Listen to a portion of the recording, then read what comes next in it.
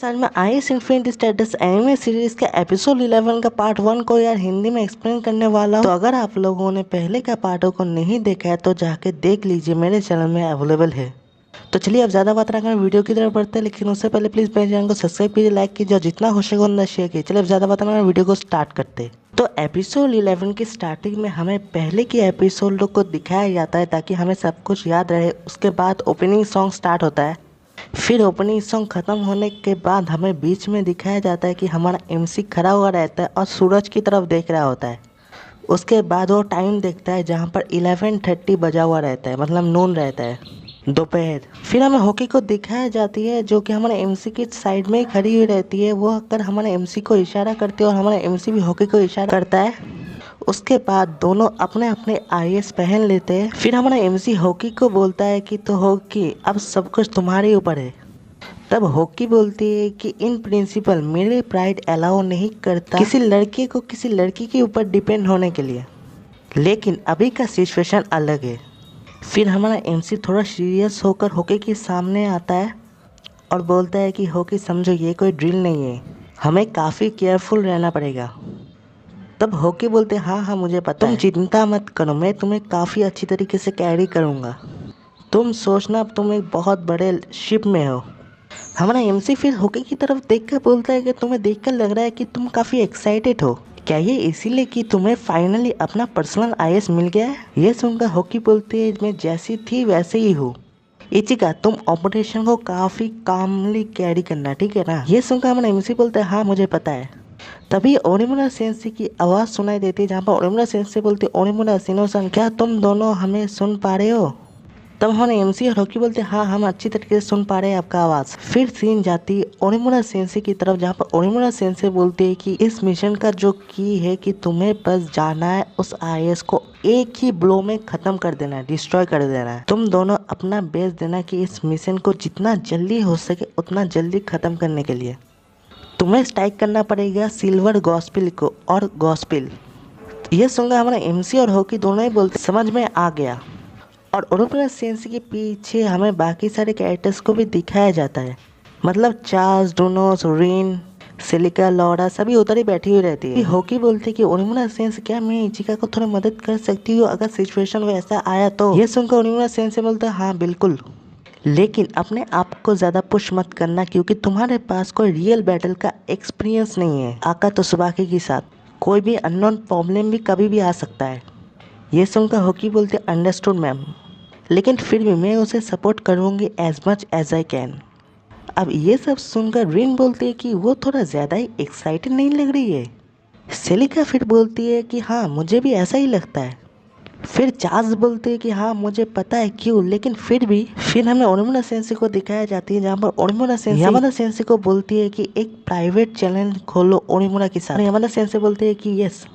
फिर ओनिमुरा सेंसी हमारे एमसी को बोलता है इचिका। तभी हमारा एमसी घर पर आता है, बोलता है हाँ मैम। तभी ओनिमुरा सेंसी बोलते हैं कि ये एक प्राइवेट चैनल है, सिनोन हमें सुन नहीं सकता।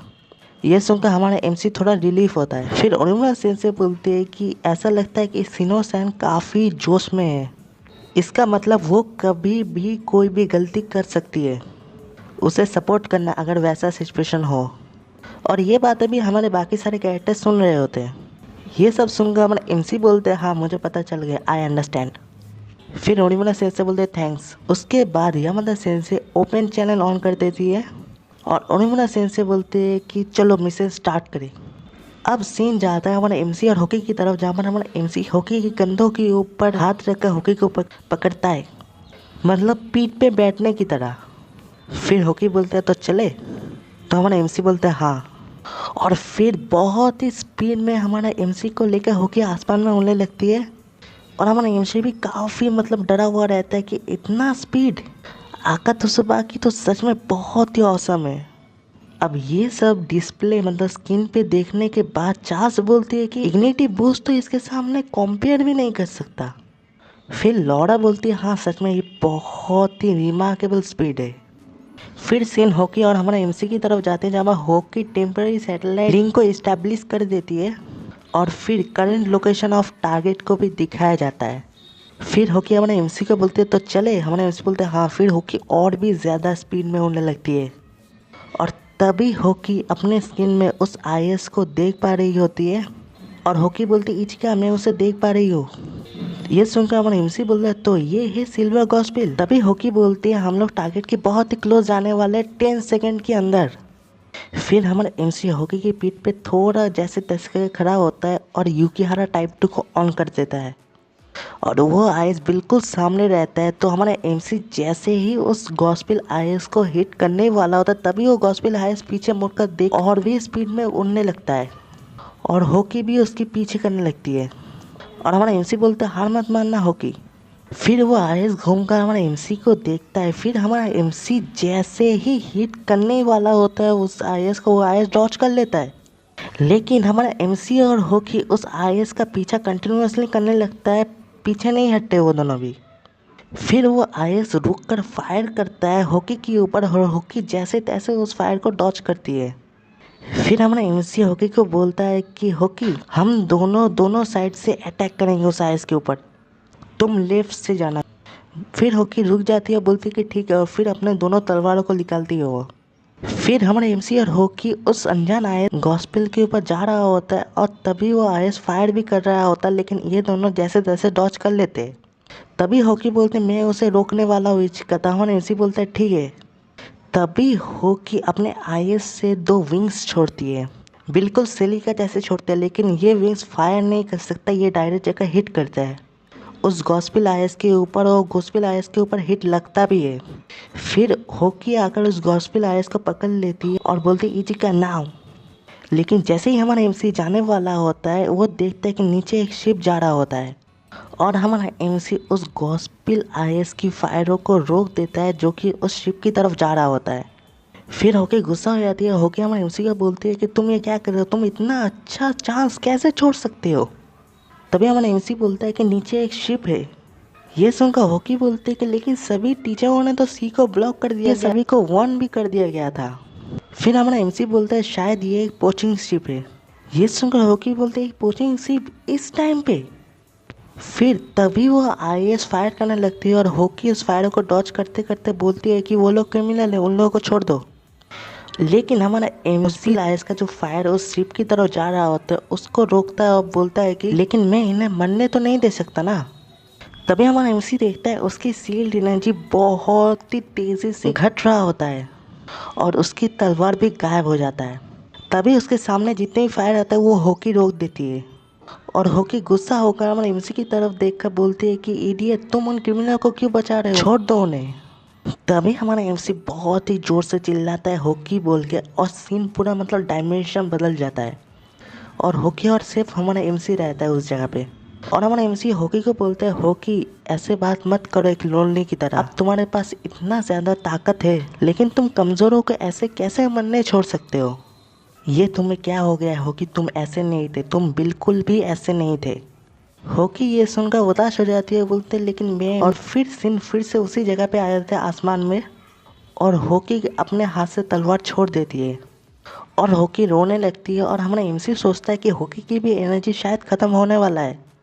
लेकिन तभी वो आईएस डायरेक्ट फिर से फायर करता है और हमारा एमसी जैसे तैसे होकी के सामने चला जाता है और उसके ऊपर ही सभी अटैक लग जाता है, मतलब सभी फायर्स, और बहुत बड़ा धमाका होता है और होकी इचिका बोलकर चिल्लाती भी है और हमारा एमसी बेहोश भी हो जाता है। तो हमारे एमसी और होकी दोनों ही डायरेक्ट जाकर पानी के ऊपर गिरते हैं, उस जो जहाज़ जा रहा था इलीगल वो जहाज़ की साइड में। फिर इवनिंग के टाइम हमें दिखाया जाता है जहाँ पर यामादा सेंसे ओनिमुरा सेंसे को हमें दिखाया जाता है। यामादा सेंसे बोल रहे हैं कि वो नहीं आ रहे हैं। फिर यामादा सेंसे बोलना कंटिन्यू करती है और बोलती है कि क्या HQ सच में इस ऑपरेशन को अभी भी कंटिन्यू करना चाहते हैं। ये सुनकर ओनिमुरा सेंसे बोलती है कि हम लोग कंटिन्यू करने वाले जब तक वो लोग हमें नहीं रोकते। तब यामादा सेंसे बोलती है लेकिन अब हम लोग क्या करें। तभी दरवाजे के बाहर कोई एक्सक्यूज़ मी बोलती है। ओनिमुरा सेंसे बोलते है कौन है। तभी आवाज़ आता है चार्ल्स की, बोलते कि मैं डुनोस हूँ। तब ओनिमुरा सेंसे बोलते हैं मैंने तुम्हें पहले ही कहा था ना तुम स्टैंड बाय रहो अभी के लिए, तुम एंटर मत करना। तो चार्ल्स रूम के अंदर भी नहीं जा पाती है और चार्ल्स की साइड में रिन, सेलिका, लौरा भी खड़ी हुई रहती है। लौरा बोलती है कि ड्रिल मास्टर जैसे बोल रहे वैसे ही करो। ये सुनकर चार्ल्स बोलती है कि लेकिन वो भी तो इचिका के लिए चिंतित होंगे ना, वो उसकी बड़ी बहन है आफ्टर ऑल। ये सुनकर रिन बोलती है कि उन्होंने लास्ट उसे देखा था जब उन्होंने ऑर्डर दिया था उसके ट्रीटमेंट के लिए। फिर सीन बैक की तरफ जाता है जहाँ पर हमें दिखाया जाता है कि हमारा एमसी जब गिरा था उसके बाद सभी मिलकर उसे बाहर निकाले और साइड में होके भी खड़ी थी और बाकी भी कैरेक्टर्स भी, और ओनिमुरा सेंसे आकर ऑर्डर देती है। उसके बाद वो चली जाती है और लौड़ा ओनिमुरा सेंसे की तरफ देख रही होती है। उसके बाद डायरेक्ट कहानी प्रेजेंट टाइम में आता है जहाँ पर लौड़ा बोलती है तो क्या हुआ। फिर सेलिका बोलती है कि लेकिन उन्होंने होकी से भी अभी तक बात नहीं किया। सेलिका बोलना कंटिन्यू करती है और बोलती है कि ऑपरेशन फेल हो गया ये मैं मानता हूँ, लेकिन वो बहुत ही ज़्यादा कोल्ड है। ये सुनकर लौड़ा बोलती है कि वो अभी फोकस कर रहे हैं कि कैसे गॉस्पेल को कैप्चर किया जाए। ड्रिल मास्टर वही कर रहे हैं जो उन्हें करना चाहिए। फिर लौरा बोलना कंटिन्यू करती है और बोलती है कि ड्रिल मास्टर भी सच में सफ़र कर रहे होंगे, इसीलिए तो उन्होंने अपने आप को सीड्यूसिंग कर लिया है मीटिंग रूम में। और क्या तुम लोगों को ये लगता है कि सिंपली हम लोग इचिका के बारे में सोचेंगे इससे ही गॉस्पेल को हम लोग डिफीट कर पाएंगे। फिर सीन ओनिमुरा सेंसे की तरफ जाती है जहाँ पर ओनिमुरा सेंसे को हमें थोड़ा गुस्सा होते हुए दिखाया जाता है। उसके बाद सीन फिर से लौड़ा की तरफ आती है जहाँ पर लौड़ा बोलती है कि असली प्रॉब्लम तो, और फिर सीन जाता है हमारे एमसी और होकी की तरफ जहाँ पर हमारा एमसी बेड पर लेटा हुआ रहता है। उसका हालत काफ़ी ख़राब हो रहता है और साइड में होकी बैठी हुई रहती है और इधर यार पार्ट 1 ख़त्म हो जाता है। तो यार उम्मीद है आप लोगों को वीडियो पसंद आया। अगर पसंद आया तो वही लाइक कीजिए, जितना हो सके उतना शेयर कीजिए और मेरे चैनल में नए हैं तो सब्सक्राइब कीजिए। तो हाँ यार आज के लिए बस इतना ही, बाय, सी या।